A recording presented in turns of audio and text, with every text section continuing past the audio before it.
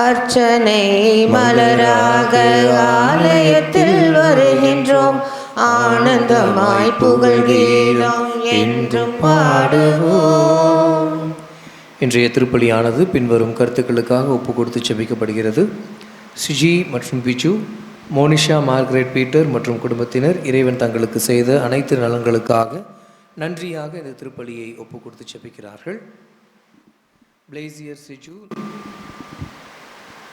நல்ல படிப்பிற்காகவும், ஜோஸ்லின் அறுவை சிகிச்சை நல்ல முறையில் நடைபெற வேண்டியும், பிராங்க்லின் எஸ் மைக்கேல் நல்ல உடல் நலத்திற்காகவும் இந்த திருப்பலியை ஒப்பு கொடுத்து செபிக்கிறார்கள்.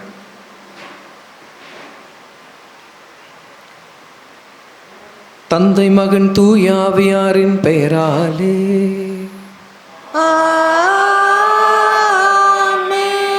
நம் ஆண்டவராகிய இயேசு கிறிஸ்துவின் அருளும் கடவுளின் அன்பும் தூய ஆவியாரின் நட்புறவும் உங்கள் அனைவரோடும் இருப்பதாக.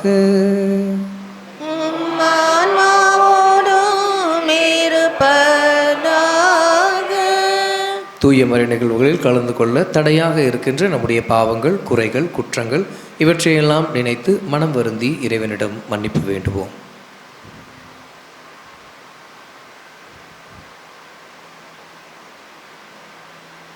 எல்லாம் வல்ல இறைவனிடமும் சகோதர சகோதரியே எங்களிடமும் நான் பாவி என்று ஏற்றுக்கொள்கிறேன். ஏனெனில் என் சிந்தனையாலும் சொல்லாலும் செயலாலும் கடமையை தவறியதாலும் பாவங்கள் பல செய்தேன். என் பாவமே, என் பாவமே, என் பெரும் பாவமே. ஆகையால் எப்பொழுதும் கன்னியான புனித மரியாயும் வானதூதர் புனிதர் அனைவரையும் சகோதர சகோதரிகளையும் நிறைவேறாகிய ஆண்டவரிடம் எனக்காக வேண்டிக் கொள்ள மன்றாடுகிறேன். எல்லாம் வல்ல இறைவன் நம் மீது இரக்கம் வைத்து நம்முடைய பாவங்களை மன்னித்து நம்மை நிலை வாழ்வுக்கு நடத்தி செல்வாராக. ஆமென். ஆண்டவரே இரக்கமாயிரும். ஆண்டவரே இரக்கமாயிரும். கிறிஸ்துவே இரக்கமாயிரும். கிறிஸ்துவே இரக்கமாயிரும். ஆண்டவரே இரக்கமாயிரும். ஆண்டவரே இரக்கமாயிரும். மன்றாடுவோமாக.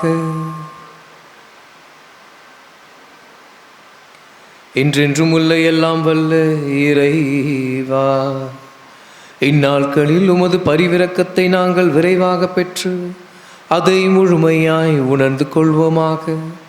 அதனால் பொய்மையின் இருளிலிருந்து நீர் எங்களை விடுவித்து உமது உண்மையின் படிப்பினைகளை நாங்கள் உறுதியாய் பற்றி கொள்ள செய்வீராக. உமோடு தூயாவியாரின் ஒன்றிப்பில் இறைவனாய் என்றென்றும் வாழ்ந்து ஆட்சி செய்கின்ற அவர் வழியாக உம்மை மன்றாடுகின்றோம்.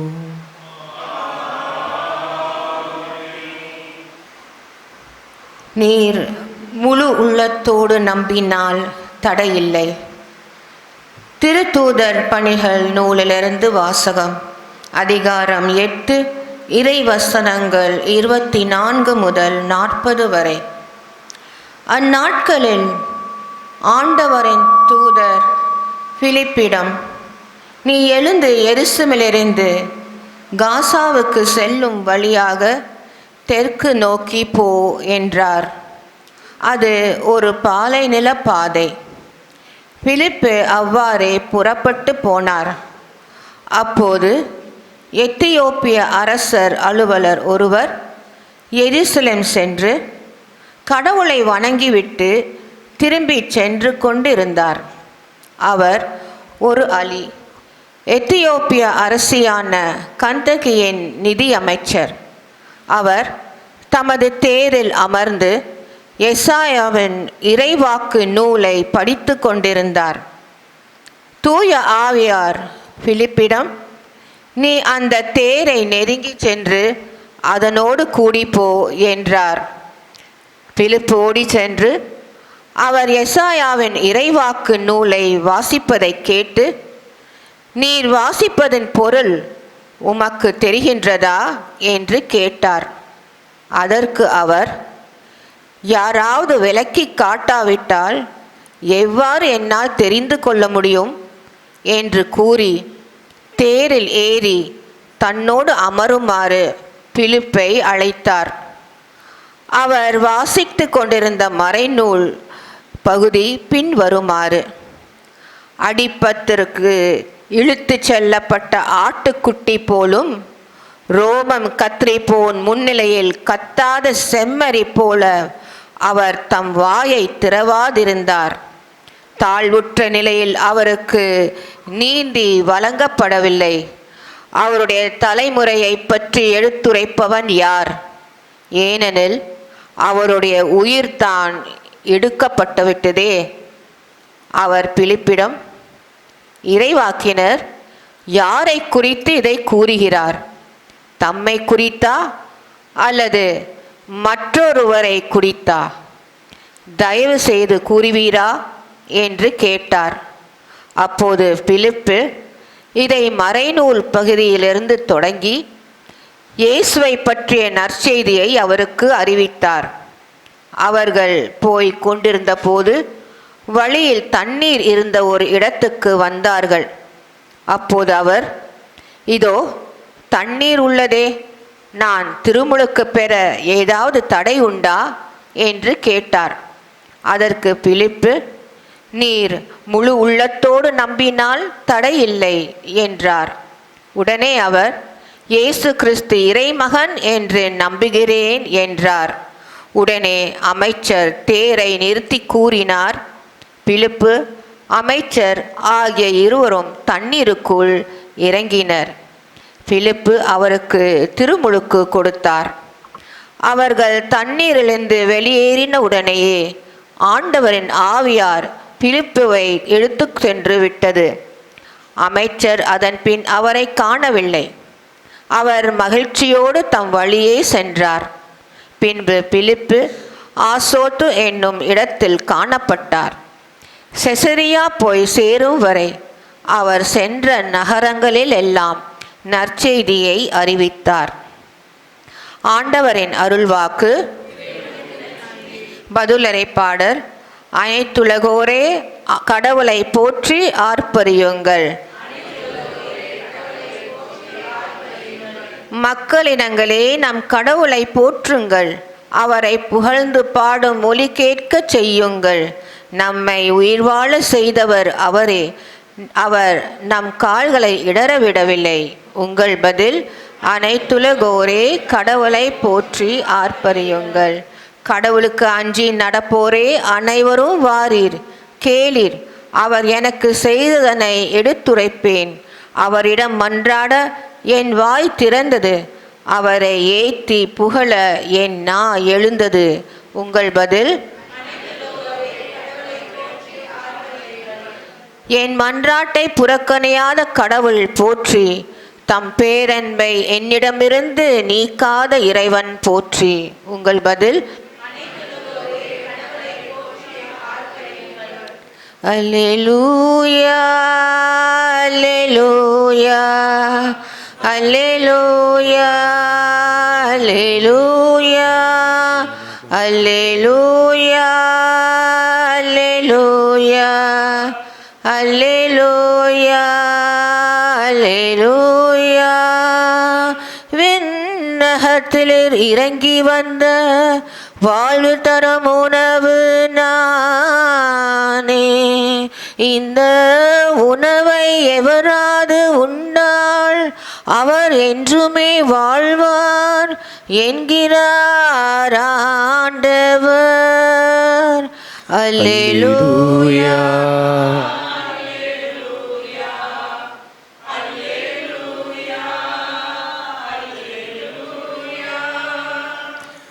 ஆண்டவர் உங்களோடு இருப்பாராக.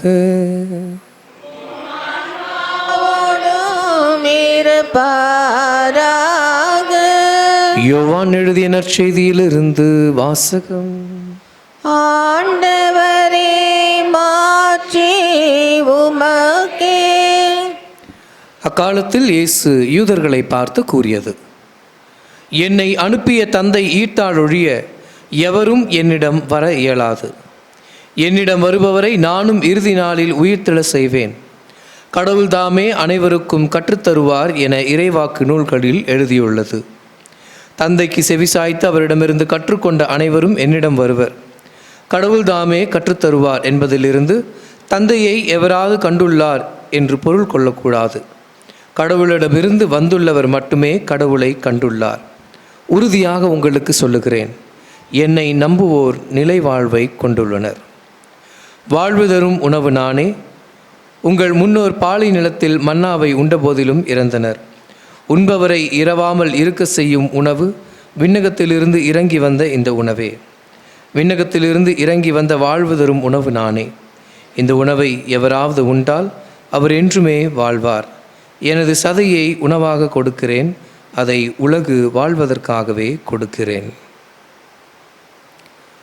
ஆண்டவரின் அருள்வாக்கு. கிறிஸ்துவே உமக்கு புகழ். இந்த வாரம் முழுவதும் நாம் கேட்டுக்கொண்டிருக்கின்ற நற்செய்தி எந்த பகுதியிலிருந்து எடுக்கப்பட்டது என்றால் யோவான் நற்செய்தி 6ஆம் அதிகாரம். யோவான் நற்செய்தி 6ஆம் அதிகாரம் உணவை பற்றி பேசக்கூடிய ஒரு முக்கியமான அதிகாரம். இயேசு இந்த உலகில் தன்னை வெளிப்படுத்துவதற்கு உணவை ஒரு காரணியாக தேர்ந்தெடுத்து கொண்டார். இயேசு பிறந்தாங்க இல்லையா, பெத்லகேமில் இயேசு மனிதராக பிறந்தார். எதில் பிறந்தார்? மாட்டுத் தொழுவத்தில். மாட்டுத் தொழுவத்தில் நிறைய இடம் இருக்கும் இல்லையா, எந்த இடத்துல பிறந்தார்? மாட்டுத் தொழுவத்தில், தீவன தொட்டியில். அந்த தீவன தொட்டி என்னது? மாடுக்கு சாப்பாடு வைக்கிற இடம். அப்போ இயேசு பிறக்கும் பொழுதே தான் எவ்வாறு தன்னை இந்த உலகத்தில் வெளிப்படுத்த வேண்டும் என்பதை திண்ணமாக வைத்திருந்து தான் பிறந்தார். அப்போ இது ஒரு திடீர்னு எடுத்த ஒரு பிளானோ ஒரு முடிவோ கிடையாது. அவர் பிறக்கும் பொழுதே முடிவு செய்துதான் பிறந்திருக்கிறார். நான் இந்த உலகிற்கு உணவாக இருப்பேன், என்னுடைய உடலையும் என்னுடைய இரத்தத்தையும் உணவாகவும் பானமாகவும் இந்த உலகிற்கு கொடுக்க போகிறேன் அப்படின்னு சொல்லி தான் அவர் பிறக்கும் போதே முடிவு செய்து பிறந்திருக்கிறார். எதற்காக உணவை இயேசு தேர்ந்தெடுக்க வேண்டும்? வேறு எதையாவது தேர்ந்தெடுத்துருக்கலாம் இல்லையா? வேறு ஏதாவது ஒரு காரணிகள் மூலமாக இயேசு தன்னை வெளிப்படுத்தியிருக்கலாம். எதுக்காக உணவை பர்டிகுலராக தேர்ந்தெடுக்கணும்? வேறு ஏதாவது ஒரு விலையுயர்ந்த பொருட்கள் மூலமாக தன்னுடைய வெளிப்பாடை இயேசு உணர்த்தியிருக்கலாம். நம்ம உயிர் வாழ்வதற்கு தேவையானது உணவு. உணவு இல்லாமல் ஒரு நாளை நம்மளால் கடத்த முடியுமா? உணவு தண்ணி இல்லாமல். கண்டிப்பாக தண்ணி குடிப்போம், சாப்பாடு சாப்பிடுவோம். அப்போ என்ன அப்படின்னா, இயேசு இல்லாமல் ஒரு நாளையும் நான் கடத்தக்கூடாது என்பதை பொருள்படுத்துவதற்காக உணவின் மூலமாக அவர் தன்னை வெளிப்படுத்துகிறார். என்னுடைய உடம்பில் இருக்கிற சத்துலாம் எது மூலமாக எனக்கு கிடைக்குது? நான் உண்கின்ற உணவு மூலமாக கிடைக்குது. அப்போது இயேசு கிறிஸ்து என்னும் உணவை உண்பதன் மூலமாக அவரை அறிவிக்கக்கூடிய நற்செய்தியை பறைசாற்றக்கூடிய அந்த தெம்பு எனக்கு இயேசுவின் மூலமாக கிடைக்கிறது. இதை நான் அனுதினமும் என்னுடைய வாழ்க்கையில் ஒரு பகுதியாக எடுத்துக்கொள்ள வேண்டும் என்பதை இயேசு மிகவும் தெளிவுபடுத்துகிறார். இன்றைக்கி முதல் வாசகம் வாசித்தோம் இல்லையா? முதல் வாசகம் வாசிக்கும் போது ஒரு இடம்லாம் மென்ஷன் பண்ணியிருந்தாங்க, கேட்டிங்களா? நம்ம எல்லாருக்கும் பழக்கப்பட்ட பெயர்லாம் வந்தது. காசா. அந்த பகுதியில் அந்த பிலிப்பும் அன்னகரும் நடந்து போகிறாங்க. இன்றைக்கி அதே பகுதியில் தான் போர், வன்முறை, அழுகை, கூக்குரல் இதெல்லாமே நடந்துக்கிட்டு இருக்கு. இந்த போர்க்காலத்தில் ஏற்பட்ட அந்த வறட்சி போல் இந்த உலகத்தில் நம்ம வாழ்கிற இடத்துல, இந்த உலகத்தில் இல்லை, நம்மளுடைய மனதிலையும் ஆன்மீக வறட்சி கொஞ்சம் கொஞ்சமாக வந்துக்கிட்டே இருக்குது. இறைவாக்கினர் நூல்களில் நம்ம படிப்போம், ஒரு காலத்தில் இறைவார்த்தைக்கு பஞ்சம் இருக்கும், இறைவார்த்தையை சொல்வதற்கும் அதை கேட்பதற்கும் பஞ்சம் இருக்கும், ஆட்கள் இருக்க மாட்டாங்க, விவிலிய வார்த்தைகளை கேட்பதற்கே நமக்கு பஞ்சம் இருக்கும். அந்த காலம் கொஞ்சம் கொஞ்சமாக ஊடுருவி வருகிறது. கிறிஸ்துவை அறிந்து கொள்வதற்கு, தூய ஆவியாரை உணர்வதற்கான எண்ணமும் விருப்பமும் மக்களிடமிருந்து கொஞ்சம் கொஞ்சமாக குறைந்து கொண்டே வருவது போல இந்த உலகம் காட்சி அளித்து கொண்டு இருக்கிறது. நம்ம எல்லாருக்கும் ஒரு துணையாளரை கொடுத்துட்டு போவேன் அப்படின்னு இயேசு சொன்னார் இறப்பதற்கு முன்னதாக. இதன் பின்பு நான் உங்கள் முன் தோன்ற மாட்டேன், ஆனால் உங்களுக்கு ஒரு துணையாளரை கொடுப்பேன் அவர் நீங்கள் என்ன செய்ய வேண்டும், எந்த நேரத்தில் என்ன பேச வேண்டும் என்பதை உங்களுக்கு கற்றுத்தருவார் அப்படின்னு சொல்லியிருக்கார். இன்றைக்கி நற்செய்தியிலும் சொல்கிறாரு, தந்தை கடவுள் வந்து உங்களுக்கு கற்றுத்தருவார் அப்படின்னு சொல்கிறார். தந்தை கடவுள் கற்றுத்தருவார் அப்படின்னு சொல்கிறதால தந்தை கடவுள் நேராக மேலேருந்து வந்து உங்களுக்கு டீச் பண்ணுவார், லெசன் எடுப்பார் அப்படின்லாம் அவர் சொல்ல வரல. தந்தை கடவுள் கற்றுத்தருவார் அப்படின்னா தந்தையிடம் வந்து உங்கள் முன் வீற்று இருக்கிறவர் உங்கள் முன் என்ன சொல்கிறாரோ அதை நீங்கள் நம்பும்போது அவர் உங்களுக்கு கற்றுத்தருவார் அப்படின்னு சொல்கிறாங்க. அப்போ தந்தையிடமிருந்து நம் முன் வீற்று இருக்கிறது யார்? இயேசு கிறிஸ்து. தந்தையை அவர் மட்டும்தான் பார்த்துருக்கிறாரு, அங்கேருந்து நம் முன் வீற்று இருக்கிறவர் இயேசு கிறிஸ்து. அப்போ நிலைவாழ்வு எதில் இருக்கிறது அப்படின்னா இயேசுவை முழுமையாக நம்புவதில் தான் நிலைவாழ்வு இருக்கிறது. இன்றைக்கி முதல் வாசகத்தில் பார்க்குறோம், ஒரு அன்னகர் அந்த வண்டியில் போய்கிட்டு இருக்கிறார். தூய ஆவியானவர் பிலிப்புக்கு தோன்றி என்ன சொல்கிறாருன்னா, நீ போய் அவருக்கு படிக்கிறத விளக்கி கூறி இயேசுவை பற்றி அவருக்கு சொல்லிக் கொடுங்க அப்படின்னு சொல்லும்போது பிலிப்பு போகிறார். பிலிப்பு போய் அவர் வந்து எசாயா ஒரு சூழ்நிலையிலேருந்து எசாயா இறைவாக்கினர் எழுதிய அந்த புத்தகத்தை படிச்சுட்டு போகிறாரு.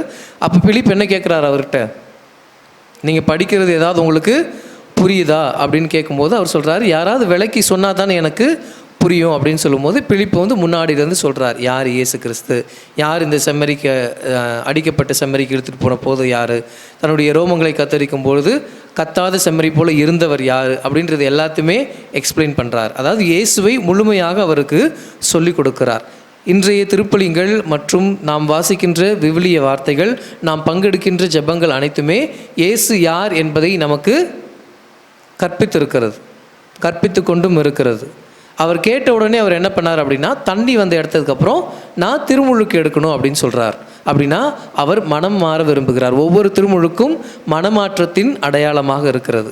இயேசுவை தெரிந்து முழுவதும் அறிந்து கொண்ட அவர், இயேசுவை இறைமகன் என ஏற்றுக்கொண்ட அவர் உடனடியாக மனம் மாற விரும்புகிறார். அதனால தான் அவர் கேட்குறார், இங்கே தண்ணி இருக்குது, நான் திருமுழுக்கு எடுக்கணும் அப்படின்னும் போது இதுக்கு ஏதாவது தடை இருக்கா அப்படின்னு கேட்குறார். அப்போ பிலிப்பு சொல்கிறாரு, இறைமகனை நம்புவதை தவிர வேறு எந்த தடையும் இல்லை. அவரை நீங்கள் முழுமையாக நம்பினா நீங்கள் திருமுழுக்கு எடுத்துக்கலாம் அப்படின்னு வந்து சொல்கிறார். அப்போ இவர் சொல்கிறார், இயேசுவே இறைமகன் என்பதை நான் முழுமையாக நம்புகிறேன் அப்படின்னு சொல்லிட்டு திருமுழுக்கு எடுக்கிறார். அப்போது இன்னைக்கு இயேசுவை பற்றி நாம் எல்லோரும் அறிந்திருக்கிறோமா? உணவாக நம்முள் வந்திருக்கிறார், அவரை பற்றி சொல்லியிருக்கின்றார். அவருடைய நம்பிக்கையை, அவருடைய மொழிகளை, அவருடைய தெம்பை எல்லாத்தையும் ஆன்ம உணவின் மூலமாக நமக்கு ஒவ்வொரு நாளும் கொடுத்து கொண்டு இருக்கிறார். அந்த இயேசுவை நான் அறிந்திருக்கிறேனா? அந்த இயேசுவை நான் அறிஞ்சிக்கிட்டேன் அப்படின்னா எனக்கு மனம் மாறுறதுக்கு வேறு ஏதாவது தடை இருக்குதா அப்படின்ற கேள்வியை நம்ம கேட்கணும். அந்த அன்னகர் கேட்ட கேள்வியை நம்ம கேட்கணும். இயேசுவை முழுமையாக அறிஞ்சிக்கிட்ட அவர் உடனே மனம் மாறுறதுக்காக என்ன பண்ணுறாரு, நான் திருமுழுக்கு எடுக்கணும், எனக்கு ஏதாவது தடை இருக்கா அப்படின்னு கேட்குறார். அப்போது இயேசுவை நான் முழுமையாக அறிந்து கொண்டேன், இயேசுவை நான் முழுமையாக தெரிந்து கொண்டேன் அப்படின்னா இயேசுவை பின்பற்றுவதற்கு எனக்கு ஏதாவது தடை இருக்கா அப்படின்றத நான் கேட்கணும்.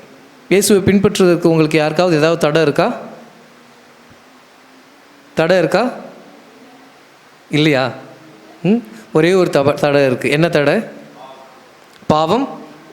பாவம் நீங்கள் மனம் வருந்தி, உண்மையாகவே மனம் வருந்தி முன்னாடி போனீங்கன்னா நம்முடைய பாவங்கள்லாம் மன்னிக்கப்படும். பாவம் ஒரு பெரிய தடையே கிடையாது. இருக்கிறது தடை ஒன்றே ஒன்று. என்ன தடை?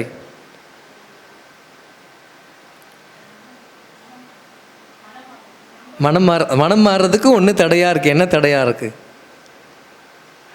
நம்பிக்கையற்ற தன்மை. நீங்கள் முழுமையாக நம்புனீங்கன்னா உங்களுக்கு எந்த தடையுமே இல்லை அப்படின்னு சொல்கிறாங்க. இன்றைக்கி நம்ம பல நேரங்களில் இறைவார்த்தையை கேட்டாலும் சரி, இயேசுவை பற்றி தெரிஞ்சுக்கிட்டாலும் சரி, நமக்குள்ள தூயாவியை கொடுத்தாலும் சரி, ஆனால் அதை நம்புவதற்கு நம்முடைய மனம் ஏற்றுக்கொள்ள மறுக்கிறது இல்லையா? இயேசுவே உண்மையான இறைமகன் வெளிப்படையாக சொல்கிறோம், திருப்பலியில் பங்கெடுக்கிறோம், மற்ற எல்லாத்தையுமே செய்கிறோம். ஆனால் உண்மையாக நம்ம அதை நம்புவதற்கு பல நேரங்களில் மறுக்கிறோம். இல்லை ஃபாதர், அதெல்லாம் இல்லை ஃபாதர், நான் ஒத்துக்கிறேன், ஜீசஸ் தான் காட், அவர் தான் என்னுடைய சால்வேஷன், அவர் தான் என்னுடைய மீட்பர், அவர் தான் என்னுடைய ரிடீமர் அப்படின்றத நான் நம்புகிறேன். வாயளவில் சொன்னால் அது செயலளவில் பல நேரத்தில் நமக்கு வெளிப்படுறதே கிடையாது. நம்ம வாயில் நிறைய வடை சொல்கிறோம், ஆனால் செயலில் ஒன்றுமே நம்ம காட்டுறது கிடையாது. ஏசி தான் என்னுடைய கடவுள் அப்படின்னு சொல்லிட்டு, கடவுள் அப்படின்னா கடவுளுக்கு நான் முதன்மையான இடம் கொடுக்கணும் இல்லையா? என்னுடைய வாழ்க்கையில் நான் யாருக்கு முதன்மையான இடம் கொடுக்குறேன்? செல்ஃபோனுக்கு இடம் கொடுக்குறேன்னா அது நமக்கு தான் தெரியும் இல்லையா? என்னுடைய வாழ்க்கையில் நான் யாருக்கு உண்மையான இடம் கொடுக்குறேன், முதன்மையான இடம் கொடுக்குறேனோ அதுதான் என்னுடைய வாழ்க்கையில் கடவுள். அப்போ என்னுடைய வாழ்க்கையில் நான் செல்ஃபோனுக்கு இடம் கொடுத்தேன்னா செல்ஃபோன் என்னுடைய கடவுள். என்னுடைய வாழ்க்கையில் நான் பணத்துக்கு இடம் கொடுத்தேன்னா அந்த பணம் என்னுடைய கடவுள். என்னுடைய வாழ்க்கையில் வேறு ஏதாவதுக்கு நான் இடம் கொடுத்தேன்னா அது என்னுடைய கடவுள். அப்போ இதுக்கெலாம் நான் இடம் கொடுக்குறேன்னா அப்போ இயேசு மேலே எனக்கு என்ன இல்லைன்னு அர்த்தம்? நம்பிக்கை இல்லை அப்படின்னு அர்த்தம். அது ஒன்று தான் நான் மனம் மாறுவதற்கு தடையாக இருக்கிறது. எப்பொழுது இயேசுவின் மீது எனக்கு முழுமையான நம்பிக்கை வருகிறதோ அப்பொழுது அந்த அன்னகரை போல் நானும் சொல்லிடுவேன், எனக்கு ஏதாவது தடை இருக்கான்னு கேட்டால் எந்த தடையும் இல்லை. எனக்கு முழு நம்பிக்கை இருந்ததுன்னா உடனே மனம் மாறுறதுக்கு நானும் தயார். அப்போது இயேசுவின் மீது எவ்வளவு நம்பிக்கை எனக்கு இருக்கிறது, இயேசுவை நம்புவதற்கு எது எனக்கு தடையாக இருக்கிறது என்பதை பற்றி நாம் யோசிக்க வேண்டும். அது பணமா, இல்லைனா மொபைல் ஃபோனா, இல்லை உலக அந்தஸ்தா, இல்லை என்னுடைய ஆசைகளா, இல்லை என்னுடைய பாவமா, என்னுடைய வெறுப்புகளா, இதிலெல்லாம் எது எனக்கு இயேசுவை நம்புவதற்கு தடையாக இருக்கிறது அப்படின்றத எண்ணி அதை நான் விளக்கும் பொழுது, இயேசுவின் மீது முழுமையான நம்பிக்கை கொள்ளும் பொழுது நிலைவாழ்வை நானும் பெற்றுக்கொள்வேன். நற்செய்தி வாசகத்தில் சொல்கிறாங்க, தந்தை ஈர்த்தாலொழிய அவரை காண முடியாது இல்லையா? ஒரு கண்டிஷன் போட்டுறாரு, என்னிடம் வாங்கணும்னு சொல்லிடுறாரு. அதே நேரத்தில் என்ன சொல்கிறாரு? தந்தை ஈர்த்தால் ஒழிய என்னிடம் வர முடியாது அப்படின்னு சொல்கிறார். அப்போனா நமக்குள்ளே இருக்கின்ற அந்த தூய ஆவியானவரை நான் உணர்ந்தால் ஒழிய என்னால் கடவுளிடம் செல்ல முடியாது. அந்த தூய ஆவியின் குரலுக்கு நான் செவி கொடுத்தால் ஒழிய என்னால் இறைவனிடம் செல்ல முடியாது. அப்போ அந்த தூய ஆவியின் குரலுக்கு நான் செவி கொடுக்கணும். அந்த தூய ஆவியை நான் உணர்ந்து கொள்ள வேண்டும் என்றால் நான் அவரை முழுமையாக நம்ப வேண்டும். தந்தையை முழுமையாக காண்பதற்கு நம்பிக்கையை முழுமையாக கொள்வோம். என்னுள் இருக்கின்ற தூய ஆவியை உணர்ந்து கொண்டு அவருடைய குரலுக்கு செவி சாய்ப்போம். மனம் மாறி அவருடைய பிள்ளைகளாக வாழ்வோம். ஏற்றுக்கொண்டாய் இறைவா, நான் இருப்பது போல் என்னை ஏற்றுக்கொண்டாய்.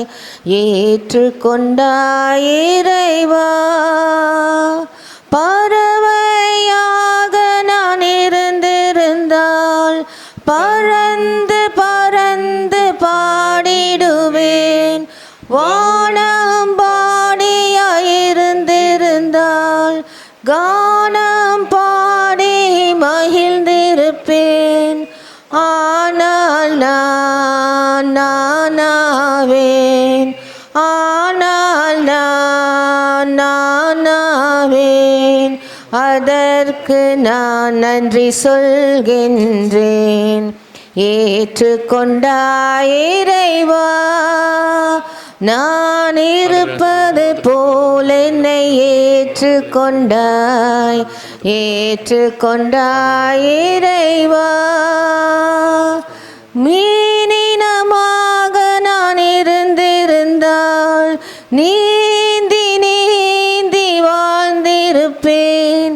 தேனீயாக நான் இருந்திருந்தால் தேனை உண்டு மகிழ்ந்திருப்பேன். ஆனால் நானாவேன்,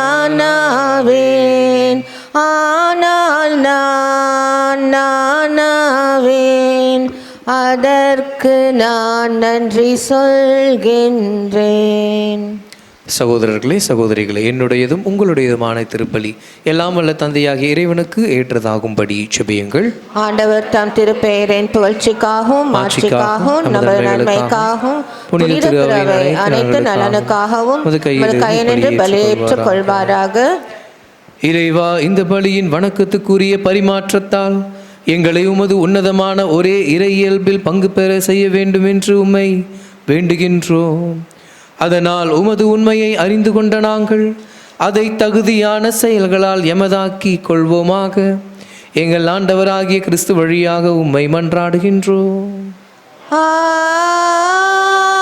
ஆமென். ஆண்டவர் உங்களோடு இருப்பாராக.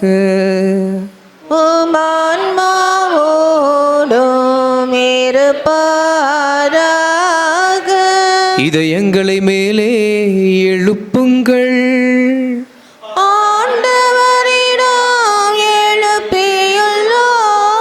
நம் இறைவனாகிய ஆண்டவருக்கு நன்றி கூறுவோம். அது தகுதியும் நீதியும் ஆனது. ஆண்டவரே, எக்காலத்திலும் உம்மை புகழ்ந்துரைப்பதும் எல்லாவற்றுக்கும் மேலாக எங்கள் பாஸ்காவாகிய கிறிஸ்து பலியான இந்த சிறப்பான காலத்தில் உம்மை இன்னும் மிகுதியாக வாழ்த்தி போற்றுவதும் மெய்யாகவே தகுதியும் நீதியும் ஆகும், எங்கள் கடமையும் மீட்புக்கு உரிய செயலுமாகும். கிறிஸ்து வழியாகவே ஒளியின் மக்கள் நிலைவாழ்வில் நுழைகின்றனர். விண்ணரசின் கதவுகள் நம்பிக்கையாளருக்கு திறந்து விடப்படுகின்றனர். ஏனெனில் சாவுக்கு உரிய எங்கள் வாழ்வும் அவரது சாவால் மீட்படைந்து அவரது உயிர்ப்பிலே அனைவரது வாழ்வும் உயிர்த்தெழலாயிற்று. ஆகவே பாஸ்கா மகிழ்ச்சி பொங்க அனைத்துலகின் மாந்தர் அனைவரும் மக்களிக்கின்றனர்.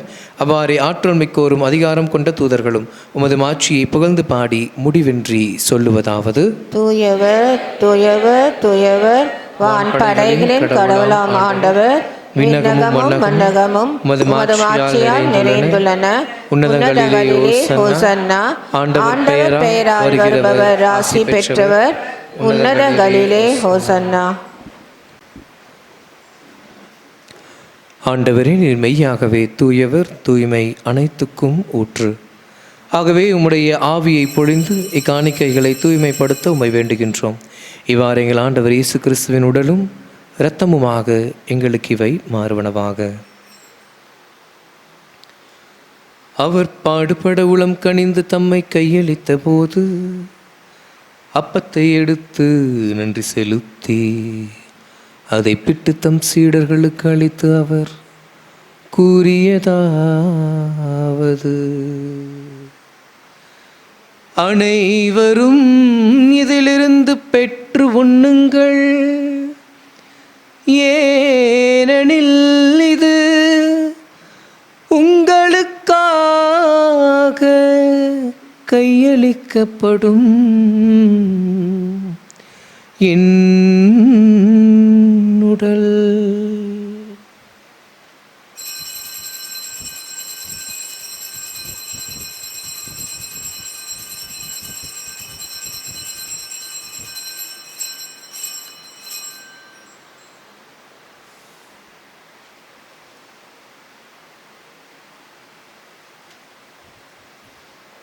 அவ்வண்ணமே இரவு விருந்தை அருந்திய பின் கிண்ணத்தையும் எடுத்து மீண்டும் உமக்கு நன்றி கூறி தம் சீடர்களுக்கு அளித்து அவர் கூறியதாவது: அனைவரும் இதிலிருந்து பெற்று பருகுங்கள், ஏனெனில் இது புதிய நிலையான உடன்படிக்கைக்குரிய என் இரத்தத்தின் கிண்ணம். இது பாவ மன்னிப்புக்கென்று உங்களுக்காகவும் எல்லோருக்காகவும் சிந்தப்படும். இதை என் நினைவாக செய்யுங்கள்.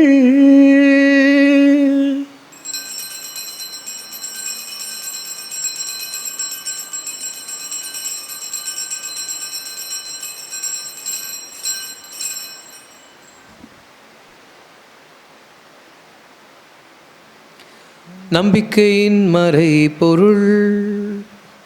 ஆண்டவரே, நீர் வருமளவும் உமது இறப்பினை அறிக்கையிடுகின்றோம், உமது உயிர்ப்பினையும் எடுத்துரைக்கின்றோம்.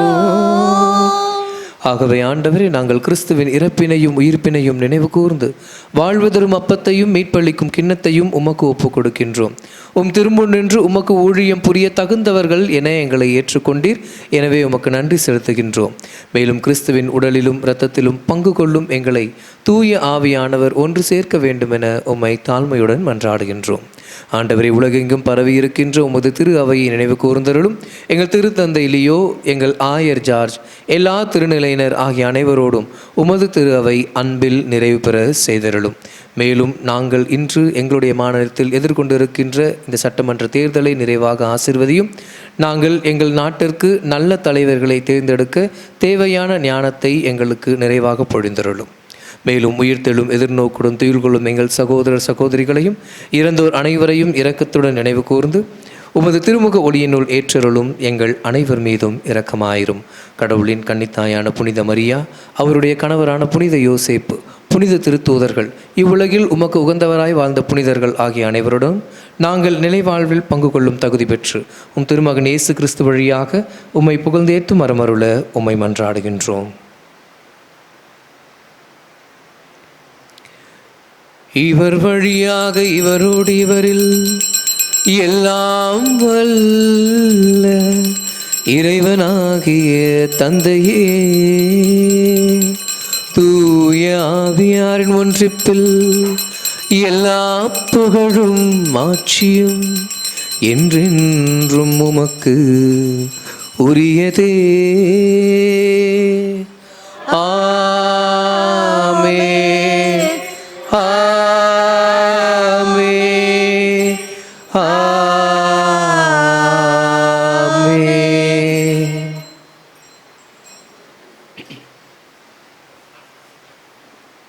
மீட்பரின் கட்டளையால் கற்பிக்கப்பட்டு இறை படிப்பினையால் பயிற்சி பெற்ற நாம் துணிந்து சொல்லுவோம். விண்ணுலகில் இருக்கிற எங்கள் தந்தையே, உமது பெயர் தூயதென போற்ற பெறுக, உமது ஆட்சி வருக, உமது திருவுளம் விண்ணுலகில் நிறைவேறுவது போல மண்ணுலகிலும் நிறைவேறுக. எங்கள் அன்றாட உணவை இன்று எங்களுக்கு தாரும். எங்களுக்கு எதிராக குற்றம் செய்வோரை நாங்கள் மன்னிப்பது போல எங்கள் குற்றங்களை மன்னியும். எங்களை சோதனைக்குட்படுத்தாதேயும், தீமையிலிருந்து எங்களை விடுவித்தருளும். ஆண்டவரே, தீமை அனைத்திலும் இருந்து எங்களை விடுவித்து எங்கள் வாழ்நாளில் அமைதியை கனிவுடன் அருளும் உம்மை மன்றாடுகின்றோம். உமது இரக்கத்தின் உதவியால் நாங்கள் பாவத்திலிருந்து எப்போதும் விடுதலை பெற்று யாதொரு கலக்கமுமின்றி நலமாய் இருப்போமாக. நாங்கள் எதிர்நோக்கி இருக்கின்ற பேரின்பத்திற்காகவும் மீட்பராகிய இயேசு கிறிஸ்துவின் வருகைக்காகவும் காத்திருக்கின்றோம். ஆட்சியும் வல்லமையும் மாட்சியும் என்றென்றும் உமதே. ஆண்டவரே இயேசு கிறிஸ்துவே, அமைதியை உங்களுக்கு விட்டுச் செல்கிறேன், என் அமைதியை உங்களுக்கு அளிக்கிறேன் என்றும் திருத்தூதர்களுக்கு மொழிந்தீரே. எங்களுடைய பாவங்களை பாராமல் உமது திரு அவையின் நம்பிக்கையை கண்ணோக்கி உமது திருவுளத்திற்கேற்ப அதற்கு அமைதியையும் ஒற்றுமையையும் அளித்தருள்வீராக. என்றென்றும் வாழ்ந்து ஆட்சி செய்கின்றவர் நீரே. ஆமென். ஆண்டவருடைய அமைதி உங்களோடு என்றும் இருப்பதாக, ஆன்மாவோடும் இருப்பதாக. ஒருவருக்கொருவர் கிறிஸ்து வழங்குகின்ற அமைதியை பகிர்ந்து கொள்வோம். உலகின் பாவங்களை போக்கும் இறைவனின் செம்மறியே, எங்கள் மேல் இரக்கமாயிரும். உலகின் பாவங்களை போக்கும் இறைவனின் செம்மறியே, எங்கள் மேல் இரக்கமாயிரும். உலகின் பாவங்களை போக்கும் இறைவனின் செம்மறியே, எங்களுக்கு அமைதியை அளித்தருளும். நலமளிக்கும் அருமருந்தாகும் இருப்பனவாக.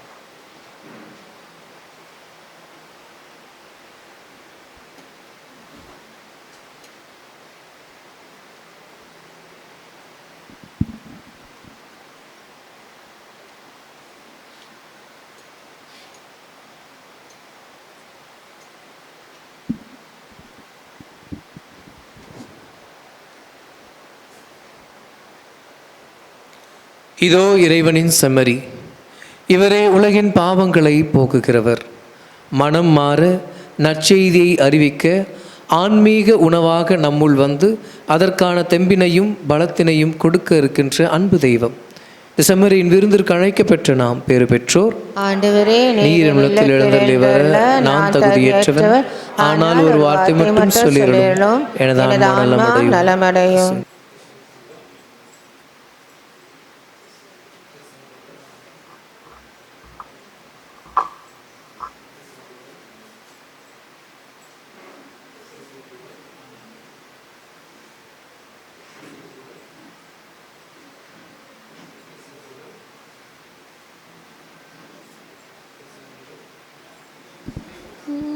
உன்னில் நான் ஒன்றாக உயிரே நீ என்றாக, என்னில் வா என் மன்னவா, என்னில் வா என் மன்னவா,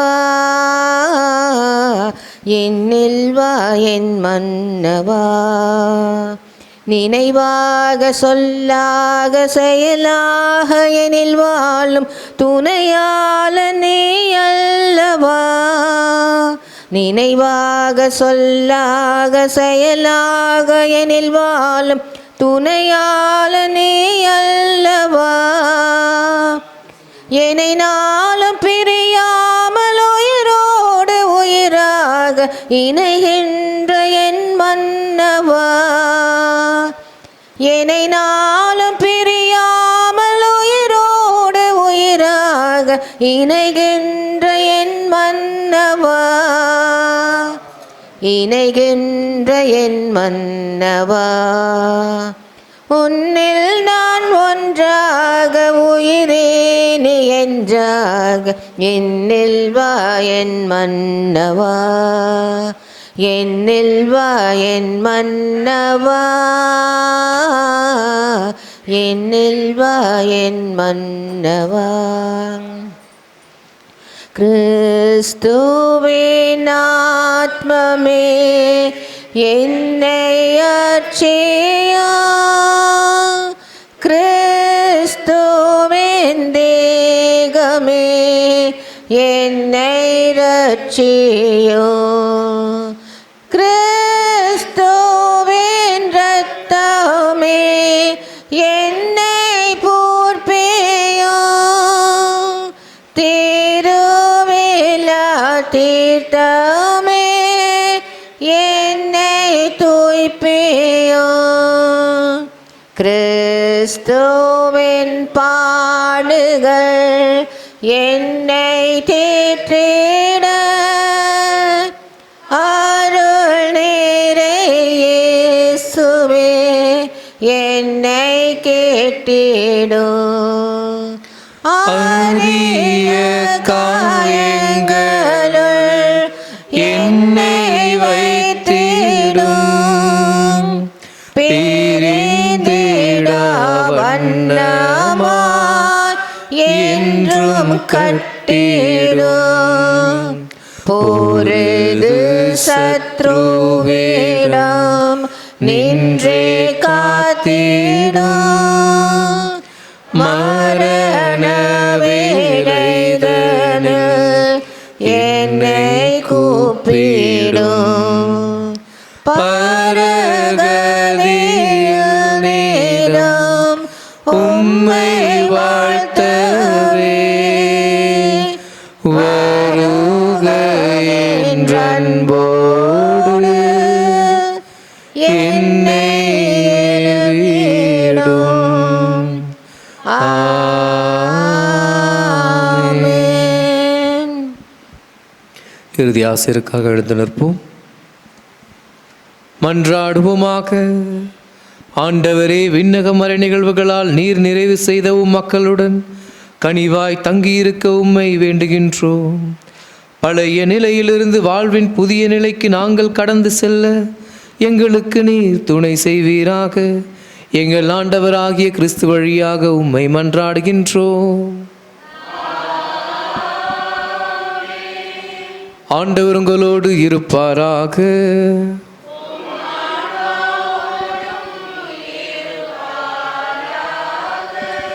எல்லாம் வல்ல இறைவன் தந்தை, மகன், தூயாவியார் உங்களுக்கு ஆசி வழங்குவாராக. ஆமென். மனமாற்றம் பெற்றவர்களாய் வாழ்ந்திட சென்று வாழுவோம். திருப்பலி நிறைவேறிற்று. இறைவனுக்கு நன்றி. புனித தோமையாரை நோக்கிய ஜெபம். இந்தியாவின் அப்போஸ்தலரே, புனித தோமையாரே, எம் இந்திய நாட்டில் நற்செய்தியை அறிவித்து கிறிஸ்துவுக்காக இரத்தம் சிந்தி என் ஆண்டவரே, என் தேவனே என்று விசுவாசத்தை அறிக்கையிட்டவரே, நாங்கள் கிறிஸ்துவின் மேல் ஆழ்ந்த பற்று கொள்ளவும் அவரை ஆவலோடு பின்பற்றி அவரது சாட்சிகளாக வாழவும் சக்தியை பெற்று தாரும். இங்கு கூடியிருப்போர் அனைவரின் தேவைகளும் நிறைவேற மன்றாடும் எங்கள் பாதுகாவலரான புனித தோமையாரே, எங்களுக்காக வேண்டிக் கொள்ளும். ஆமென்.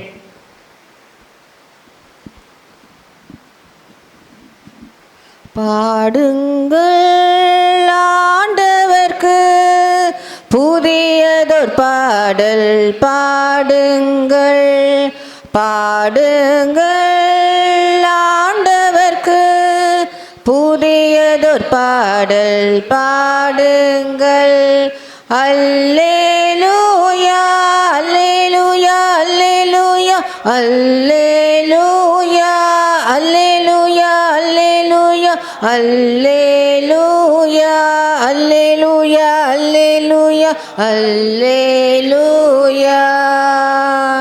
ஆண்டவர் தாம் திருத்தலத்தில் அவரை புகழ்ந்து பாடுங்கள். ஆண்டவர் தாம் திருத்தலத்தில் அவரை புகழ்ந்து பாடுங்கள்.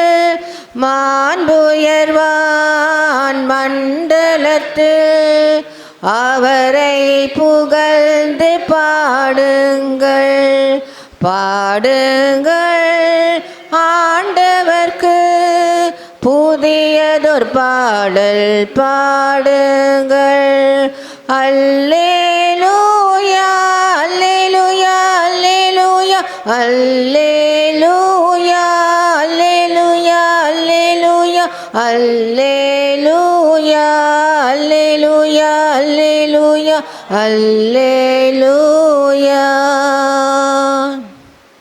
நிலையான புகழுக்குரிய தூய்மை மிகு நற்கருணைக்கு எல்லா காலமும் ஆராதனையும் புகழும் மாட்சியும் உண்டாக கடவது. நிலையான புகழுக்குரிய தூய்மை மிகு நற்கருணைக்கு எல்லா காலமும் ஆராதனையும் புகழும் மாட்சியும் உண்டாக கடவது. நிலையான புகழுக்குரிய தூய்மை மிகு நற்கருணைக்கு எல்லா காலமும் ஆராதனையும் புகழும் மாட்சியும் உண்டாக கடவது. புனித மயிலை அன்னையே, புனித சூசேப்பரே, புனித தோமையாரே, புனித அந்தோனியாரே, புனித பிரான்சிஸ் அசிசியாரே, புனித தேவசகாயமே, அனைத்து புனிதர்களே, தந்தை மகன் தூய ஆவியாரின் பெயராலே